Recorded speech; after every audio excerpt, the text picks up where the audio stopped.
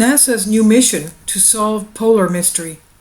We're losing thousands of tons of oxygen daily from the North Pole. One of the hardest questions in physics to answer is taking place right now, having to do with 12 missions, 12 rockets in 9 missions. This is from NASA and also Tom Fish of Express UK. NASA is launching to solve the hardest questions here. It's today beginning this mission, launching rockets to investigate strange phenomena near our planet's poles that damage vital space technology, besides losing hundreds of tons of our atmosphere into space every day. This is through the North Pole, and of course assuming through the South Pole. And why is this happening? This is just now found by NASA. They're trying to establish why we're losing atmosphere and what's going on over our poles. A total of 1.5 million tons of solar material spews out of the sun into space every single second, and thankfully, because of our Earth's magnetic field, the solar wind is for the most part deflected away from us to shield us, except for far north. That's the exception. Professor Mark Conde, space physicist at the University of Alaska, said most of Earth is shielded from the solar wind, but right near the poles, North and South Pole, in the midday sector, our magnetic field becomes a funnel where the solar wind can get all the way down to our atmosphere. These funnels are known as polar cusps, and they can cause some trouble, disrupting atmosphere and even disrupting satellites and radio and GPS signals. 3 new NASA-supported missions begin launching today, Monday, November 25th, into northern polar cusp, aiming to improve the technology affected by it. 9 missions, 12 rockets. They're launched from Norway, ASC launch site of Andøya, launched from Svalbard, and Iceland, Cutlass Iceland. The Grand Challenge Initiative Cup, the Science of the Cusp. The Grand Challenge Cusp is an international collaboration to explore the polar cusp where Earth's magnetic field lines bend down to meet the poles, and particles from space can enter our atmosphere at that point. It's by Sweden, England, Canada, America, and Japan. 9 missions, 12 rockets. Some were launched already in January 2019, others in December 2018, and now the 3 missions are part of the Grand Challenge Initiative CUSP series of 9 sounding rockets, and we're going to see this. We have sounding rockets also blasted from Svalbard, having to do with the loss of atmosphere and oxygen from our atmosphere, hundreds of tons a day. And why is that happening? Now, the sounding rockets will take 15 minutes flights into space before falling back to Earth, standing up to 65 feet tall, flying anywhere from 20 to 800 miles high. These sounding rockets can be aimed and fired at moving targets with only a few minutes' notice. Such flexibility and precision make space vehicles ideal for exploring these strange phenomena inside of the cusp. 2 of the 3 missions focus on a patch of atmosphere inside the cusp, which is very much denser than its surroundings. The area was only discovered in 2004. That's when researchers realized that part of our atmosphere inside the cusp was about 1.5 times heavier than expected. Perhaps it's because it's being lost at a tremendous rate every day. Professor Conde said a little extra mass 200 miles up might seem like a no big deal, but the pressure change associated with this increased mass density, if it occurred at ground level, would cause a continuous hurricane stronger than anything seen in meteorological records. The additional mass creates problems for spacecraft that are flying through it, such as numerous satellites following a polar orbit, and encountering this dense patch of atmosphere can affect their trajectories, of course, making close encounters with other spacecraft or orbital debris riskier than they would otherwise be. Professor Condé said that a small change of a few hundred meters can make the difference between having to do an evasive maneuver or not. Both CREX-2 and Cusp Heating Investigation, or CHI mission for short, CHI, is led by Professor Miguel Larsen of Clemson University, and they will study this heavy patch of atmosphere to better predict its effects on satellites passing through it. Professor Larsen said each mission has its own strengths, but ideally they will be launched together. Not only spacecraft behaving erratically at this cusp area, also the GPS have problems, communication signals that they transmit are not properly done.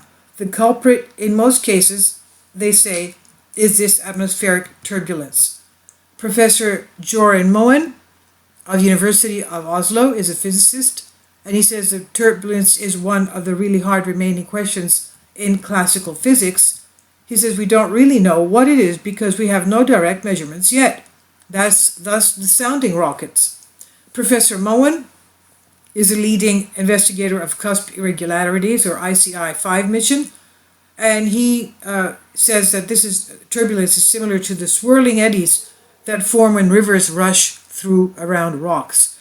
When the atmosphere grows turbulent, GPS and communication signals pass through it can become garbled, sending unreliable signals to the planes and ships that depend on these signals. The space scientists hope to make first measurements to distinguish between true turbulence from the electric waves that can also disrupt communications.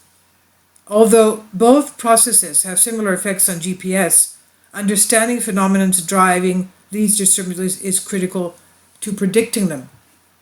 So we have the disturbances and the difference in the mass of the atmosphere. And according to the Universe Today, even go on space alert, and I'll leave a link below for you. Scientists have known for some time that Earth's atmosphere loses several hundred tons of oxygen every single day. Several hundred tons of oxygen every day. They understand how this oxygen loss happens on Earth's night side, but they're not sure how it happens on the day side. They do know one thing though, they happen during auroras. And according to a press release from NASA's Earth Observatory, no two oxygen outflow events are exactly the same, making understanding of a challenge. They call the events fountains of gas. You can imagine hundreds of tons a day, fountains of gas that escape the Earth during auroral activity, and the Earth Observatory has a mission dedicated to understanding this, thus the sounding rockets. The mission is part of NASA's Earth Observatory called VISIONS-2, Visualizing Ion Outflow via Neutral Atom Sensing 2, VISIONS-2, and it requires certain conditions. It's set at NASA Allison Svalbard in Norway, and it's a good reason for that. It's the northernmost year-round civilian settlement in the world. It has an ice-free harbor all the year round, thank goodness, and so they can get in and out from the island, and a modern rocket launch facility. It also has no sun in the winter night here to interfere with studying the auroras. But there's something else that makes this a perfect setting for the VISIONS-2 mission. Every morning, NASA Allison passes under a weak point in Earth's magnetic bubble. The weak point is like a funnel that channels the fierce solar wind into the upper atmosphere. That causes auroral displays and boils the gases of our atmosphere off into the vacuum of space in an auroral fountain. Recently, the researchers with VISIONS-2 launched 2 sounding rockets to investigate oxygen loss during auroras. The sounding rockets are small targeted rockets that can be launched quickly.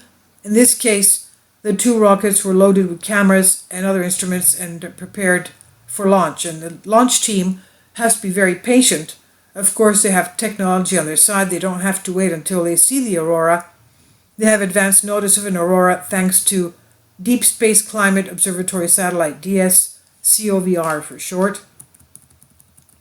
The DSCOVR And NOAA's Solar Wind Observatory, it is NOAA's Solar Wind Observatory, and it sits out at the Lagrange point between Earth and the Sun. And it tells the Visions 2 team when the solar wind is powerful enough and oriented the right way to cause auroras on Earth. At best, the team gets about an hour warning, and then they, of course, prepare the launch. Even with advance warning, the team is cautious. If the solar wind turns out to be too weak, then they will have wasted the launch. If terrestrial wind conditions in Earth's atmosphere are too strong, that's also a problem for the launch. The rockets are unguided, so they have to be oriented before launch to account for the winds. And it's lucky that the team has another tool at their disposal. They have weather balloons. Launching every 30 minutes is needed to test the winds in the area. The rockets were staged in NASA Allison Svalbard, Norway. Researchers waited for the aurora before launching their pair, and on 7th of December 2018, the researchers launched 2 rockets during an aurora. And this is the photo that we're showing you here, the long exposure of the rockets, which captures both launches even though they occur a couple of minutes apart. This is the image that we're showing here. It's a NASA image.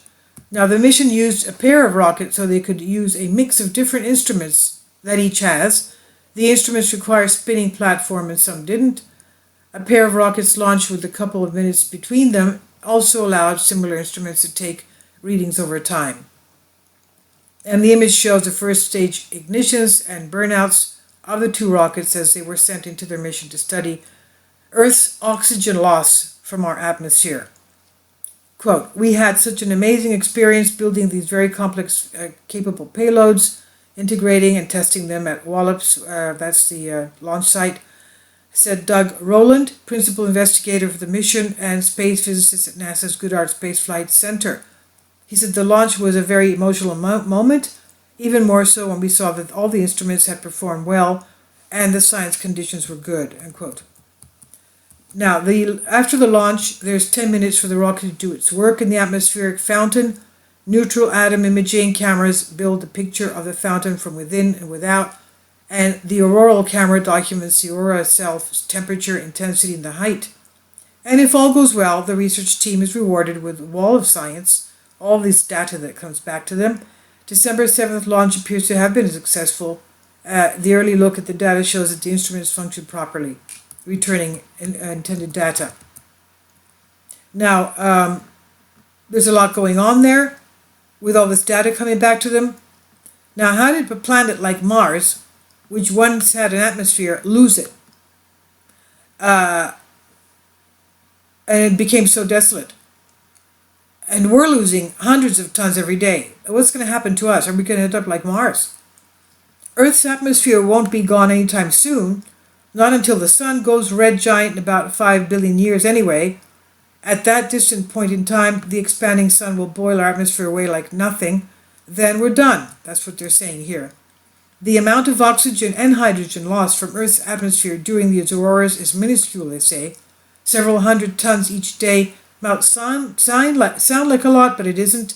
In any case, photosynthesis helps restore oxygen. It's still an important piece of this puzzle for understanding how all these things work and what the details are in the relationship between Earth and our sun, of course. Okay, so we're losing hundreds of tons of atmosphere. Oxygen, hydrogen, our atmosphere is going out from the North Pole and South Pole, and we're also having these very strange, mysterious magnetic anomalies at the cusps at the North and South Pole.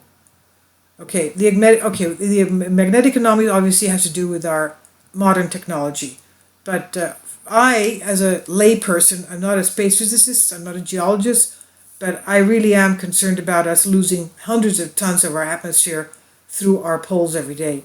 I'll leave links below for you for this.